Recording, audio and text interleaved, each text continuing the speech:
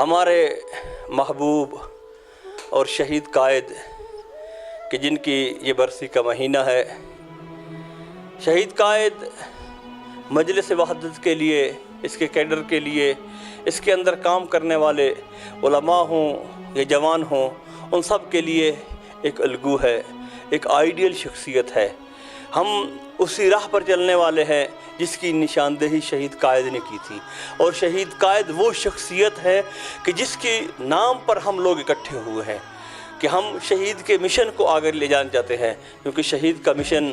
وہ ان کے قائد و رہبر انقلاب امام خمینی کا مشن تھا، وہ امام زمانہ اور رسول اللہ کا مشن ہے، وہ اسلام حقیقی کا مشن ہے، اور ہم چاہتے ہیں کہ اسی اسلام حقیقی، اسلام محمدی، وہ جو حقیقی اسلام جو بشریت کو اس ظلم سے نکالنے کے لیے آیا ہے، اس راہ پہ چلیں، شہید قائد کی راہ پہ چلیں۔ آج شہید کی برسی ہمیں ایک بار پھر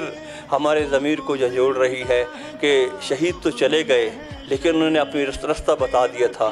ہمیں چاہیے کہ اس رستے پر اس سے متمسک رہیں، اور اس کے لیے جس انداز نے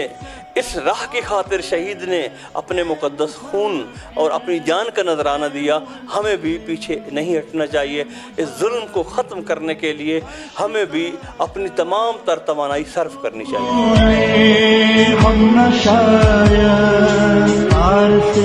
حق شہید حسین تجھ پہ